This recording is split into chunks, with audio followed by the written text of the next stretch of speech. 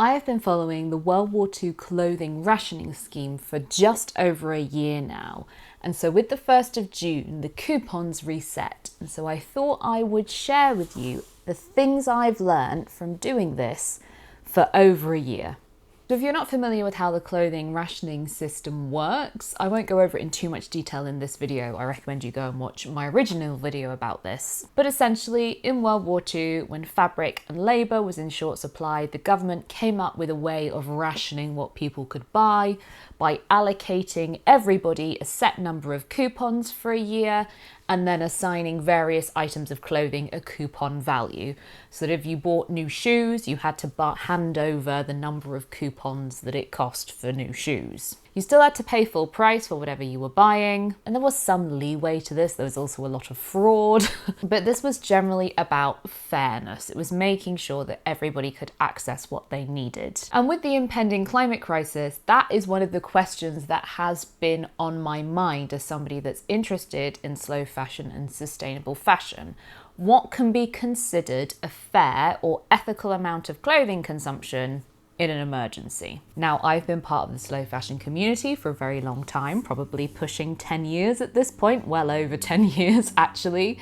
And so I was already pretty well versed in a lot of the sort of basics of slow fashion, buying secondhand, mending. It helps that I'm a professional costume maker, so I know how to make my own clothes too. But I still have learnt a lot from doing this challenge, because not only does the clothing rationing apply to new clothes, ready-to-wear clothes, but it also applies to yarn and fabric. And as a maker, that has been my downfall in recent years. I have definitely fallen victim to the collecting craft supplies and crafting are two different hobbies. So this has been a really interesting experiment for me, and I thought I would share what I have learnt with you. So the first lesson that I've taken away from this is just the abundance of secondhand clothing in the world as a result of overconsumption. It means that basically this was really easy because I could find almost everything I needed and wanted secondhand. It was kind of shocking to me. Obviously, like I say, most of my wardrobe has been secondhand for a very long time, either true vintage or from charity shops or hand-me-downs. And so I didn't really have to change anything in that aspect of it. I was already so used to and so practiced at looking on Vinted and doing the tour of the charity shops. It wasn't particularly difficult for me to adapt in that sense. I did score some excellent bargains because one of the aspects of the World War II clothing rationing scheme was that garments over a certain price required coupons. So that meant that I couldn't really buy any true vintage clothing because they were too expensive and they would have required clothing coupons. But like thrifting, absolutely fine. And so I scored an excellent pair of wool tweed Max Mara trousers, which I'm very pleased with. Obviously, you saw the outfit that I bought to go and see Aurora to wear with the daisy blouse, also amazing, completely secondhand. I did have to alter that, but we'll come on to that. I'm also really pleased I was able to completely thrift a Halloween costume and get really creative despite being very unwell last October. I was able to make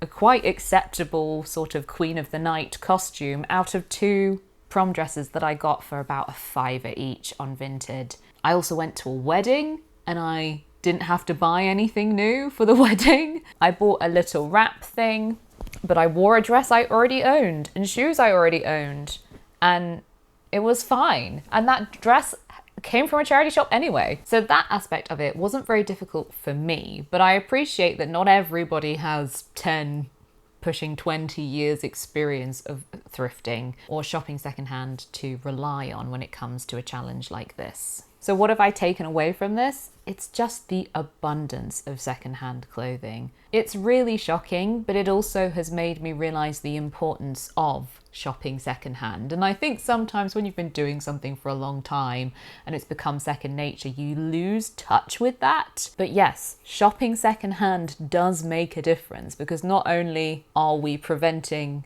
new purchases, new clothing being made, but also we are using the resources that we already have that are perfectly fine and are being trashed and dumped all over the world as a result of our fixation on consumerism. To build on that point, for the second thing I've learnt is that secondhand shopping does not just have to apply to clothing. Particularly for me as a crafter, I've really started to look into getting my craft supplies secondhand. I'm very lucky. There are several charity shops near me that have designated either craft sections of their store or like complete brick and mortar stores that just sell craft supplies. But also I've been looking on de-stash forums, I've been looking on eBay and secondhand sites. If you watch my stash busting series, you will know that I got some yarn secondhand at a sort of estate sale where an old lady in the village had gone into a care home and her sons were getting rid of her craft collection. And that has been a change in my behaviour that I have noticed, rather than just sort of, it's so easy, isn't it? You get the email marketing and it's like, oh, new fabric's in on sale. I don't need new fabric because I can't currently sew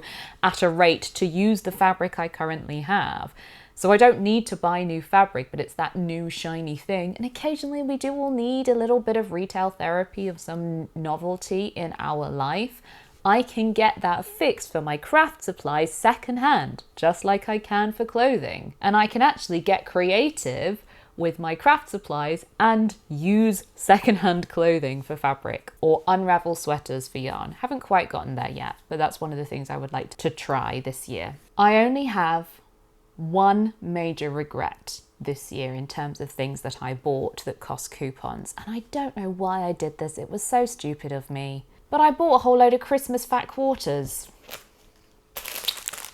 They're still unopened in the packet. Look, I mean, this one's just ugly. What was I thinking? It came in a pack. I don't know where the others have gone. I might have used them. But why on earth did I do that? I didn't need them. I haven't gotten around to using them. They're not my taste or style. It's not the sort of sewing that I enjoy doing. I like dressmaking mostly. So why did I think that just because it's Christmas, I was suddenly going to be making like kitsch Christmas decorations or something? It's just not me. It's just not me. And I don't know why I took leave of my senses in that moment. But let me have a look and see how many coupons that cost me. I bought 10 fat quarters.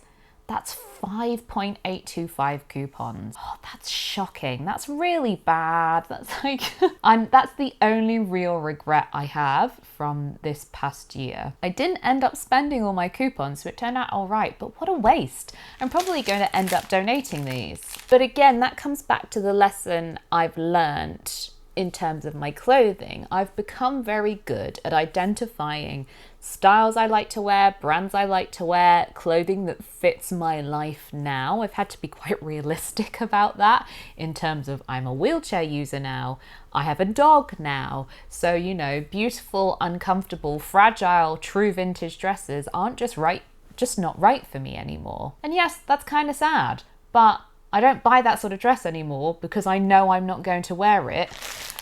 So why did I buy this fabric when I know I'm not going to use it? The Christmas marketing got me. What can I say? Nobody's perfect. So that is one of the lessons that I am going to take with me into the next year. I need to think more practically about the kind of crafting I like doing and I want to do going forward. And if I don't already own the fabric, which I probably do, then I might look into buying something, but secondhand first of all. And if I can't find it secondhand, I'll spend my coupons in it, but I will check secondhand first. The next lesson I've taken away is the difference that mending and alterations can make. We don't always need new shiny things in our life. One of the aspects of this challenge is, of course, make, do, and mend. It's not just about the rationing, it's about looking at what you have. And some of the things that I've experienced this year, like happens a lot with thrifting, particularly online, you order something, it turns up, it doesn't quite fit right, it's not quite what you were expecting. And quite often what happens, we either donate those items or resell them, or they sit in our wardrobes collecting dust and becoming moth food. And this year I've made a real conscious effort to try and rework things that have arrived that I've been like, it's okay, but if it was like this, it was like this. If I took this in here, if I made this sort of alteration, I'd like it a lot more. I've made a conscious effort to actually do those alterations rather than just letting those things linger. And with mending too, if something's broken, rather than sort of going, I'll get round to it eventually, I've made a real effort to do it and stay on top of it. And as a result, I have things now in regular rotation in my wardrobe that I love for the sake of like 5 minutes at the sewing machine. This is one of the things that my neck injury has taught me, as well as this challenge. Previously, I never felt it was worthwhile to alter clothes. I always thought it would be I'd just make them from scratch and I can have exactly the way I want. But now it's become so much effort and so difficult for me to sew that actually to spend 5 minutes improving a ready-to-wear garment makes it feel a lot more worth it, because it's a lot more manageable, and I still sort of get the new shiny thing at the end of it, if that makes sense, that I'm really happy with. I get that little hit of dopamine. So one of the things I will take away from this going forward is not to put off those really little alterations. I've got a couple of examples here. I bought this red dress. It was originally New Look, which is sort of a cheap high street fashion brand, although I think it's now only online, doesn't have any physical stores. My mum picked it up for me in a charity shop and I tried it on and it fit okay, but there was something weird about the V neckline and it was basically just poor pattern cutting, poor cheap pattern cutting. It needed more shaping than it had. It has this sort of gathered detail across the bust, and normally of course with a gather you sort of end up with a curve like this, but anyway, I just stuck a dart in the center front seam to make it sit better. And it's infinitely more wearable now. I reach for it so often. It also has a thigh split. And of course, what happened? I sat down in my wheelchair. I went to get out of the wheelchair. It got caught on something and the split ripped. And I left it for a couple of washes. And then I was like, nope, it needs mending. And I've mended it and I've reinforced it. And now I'm much less worried about that. It's just much more secure. I also have this blue dress which arrived. I think this is from a brand called Sea Salt, which is a British brand. And they sort of do like slightly higher end clothes. They're a high street brand, but they're more niche in style, are probably a bit higher quality than a online only brand. But it arrived, this dress that I ordered, and I liked the print and I liked the fabric, but it was just cut so straight. And again, this comes back to efficiency in pattern cutting, efficiency in labor. And so it has no bodice shaping because then it fits more people, but also it's cheaper to produce. And I looked at it and I thought, oh, well, if I could just take in the waist and give it more of a slightly hourglass shape, I'd be much happier with it. So I just put some pleats in it. I literally just went whoop at the waist, 2 pleats at the front, 2 pleats at the back. I mean, massively too big for me in that sense. And I just stitched it in. And I love that dress now. I wore it all through the winter and into the spring. I'm really pleased with it. And it was such a simple alteration. It took hardly any time at all. So this is the lesson I need to learn, and hopefully you do too. Don't put off your alterations or your mending. It makes a massive difference. I did buy some new things this year, and that for me is another lesson. I think previously I'd been too hard on myself, basically. What's new? I'm always too hard on myself. But I'd been almost sort of evangelical, puritanical about not buying new things just for the sake of it. But there were some times when that really sort of affected my, I was going to say quality of life, but that's a bit extreme. But it was just really inconvenient. I was putting off buying new things because I was like, oh, no, I'll make it. Underwear is a classic example of that. I've been putting off buying new underwear because I was like, I should learn to make it. I'm sure it's really easy. I'm sure I can do it. It would be great. Well, I tried and I got this far. These are toiles. Oh man, I just didn't enjoy it. I didn't enjoy it at all. This was like a toile for a bra. And it just got to the point where I was in the supermarket one day and I was going down an aisle which had all sorts of other things in, and I was like, you know what, I'm just bloody well gonna buy knickers. So I picked up a pack, you know, you get 5 of them in a pack, 100% cotton, really bog standard pants. And I was just like, why have I been torturing myself with pants with holes in for ages, trying to make new underwear when I don't enjoy it, when I could have just done this? And it did cost me 10 coupons. Each pair of pants is 2 coupons. So for a 5-pack, that's 10 coupons, which is a big chunk out of my ration for the year. But it was just so worth it because I knew I wasn't going to make them. And yes, I could have bought from a sustainable brand and I could have done more research and all that sort of thing. But in the future, I probably will.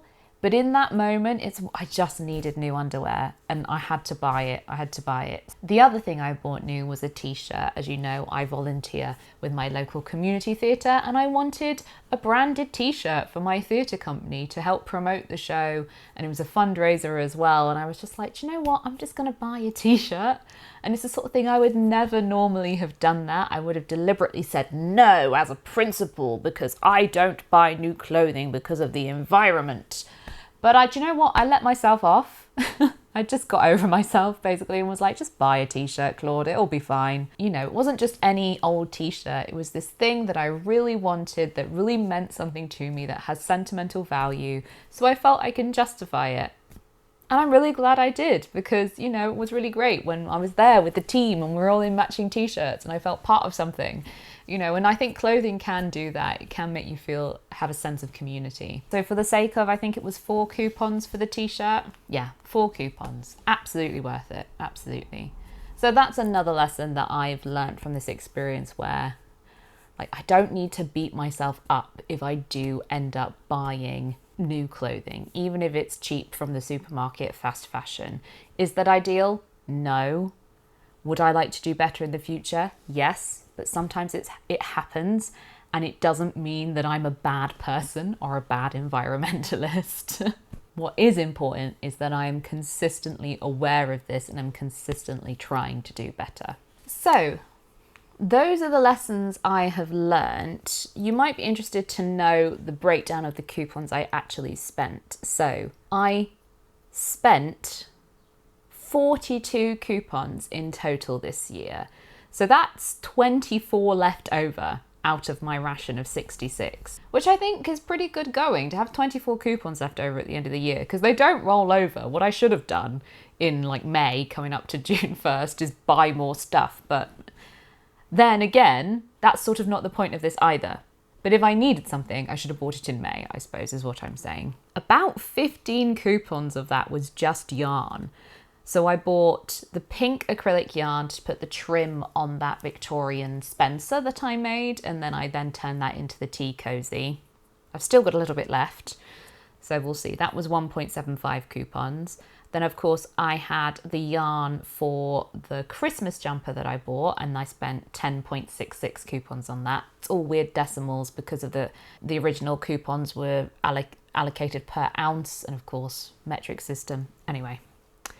And then I just bought 100 grams of yarn as a souvenir as well when I went on holiday, and so that's another 1.75. Like I say, the 10 fat quarters at 5.825, that was a stupid purchase. Absolutely, I won't be doing that again. 10 coupons for the underwear, 4 for the t-shirt, and then the only other thing I bought a gift for Woody. I bought him a pair of trainers, which was only 4 coupons. I looked through the list and there was a category for running shoes, so they were only 4 coupons. So I'm classing trainers as running shoes. I suppose that's fair, right? Again, like there wasn't really a category for t-shirts, so I've gone for like a non-woolen blouse. 4 coupons. So going forward, will I do this next year? I think I will keep it up. I still have some things that I want to alter and I want to experiment with. One of the things that happened is my Joni dress. You might have seen I made a video about trying to find sort of like ethical brands to buy from. It shrunk in the wash quite badly, and it also then frayed out at the collar edges here on both sides. So I'm going to try and save this dress. That's one of the things I'd like to do. I don't know whether it's one of these eco-friendly viscose fabrics, and so I don't know whether it's like a cold water rayon and that if I sort of steam it into shape it might fit again. But then either way I've got to mend those frayed edges. So part of me is sort of tempted to try and cut it up into something else because it's beautiful fabric and I love it.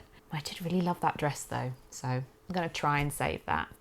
I've got a couple of me-mades that I also want to alter, the things that no longer fit me, that I have enough fabric left that I could rework, so that's something I want to try and do. I'm carrying on with my stash busting for my yarn, but I also want to look into my fabric stash. I have a lot of scrap fabric that I'd like to try and use, but also, I'd like to try and get back to sewing. I say this every year. I'm doing better at sewing this year. I just have to be a bit more realistic about what I can achieve. So if that means I'm making t-shirts on the overlocker instead of complicated 1940s tailoring, so be it. But I have an extensive fabric stash and it needs to be turned into clothes or useful things at some point. Can't just sit there and be moth food. So I know I've learned something, but I hope you've learned a lot as well, or it's perhaps made you think about ways that you can make your own wardrobe more sustainable. It's also very convenient at the moment that this sort of across genre, if you like, we're seeing a lot more under consumption discussion, minimalism, but also I think there's the financial impact of that. And I know one of the reasons this challenge, this idea, it's not new, it's not original to me. I've seen it done a lot of times, and one of the places I've seen it is in Martin Lewis's Money Saving Expert Forum. People do it as a sort of penny pinching exercise. But I'd also like to know what you've learned. Firstly, I'd like you to suggest ideas for what I do with my Joni dress, but I'd love to know your feelings on sustainability, or if you have any tips or have learnt anything on your journey. Let's share in the comments so that we can all help each other out, because we're in this together, let's face it. So we might as well share the knowledge. Thanks for watching. See you next time.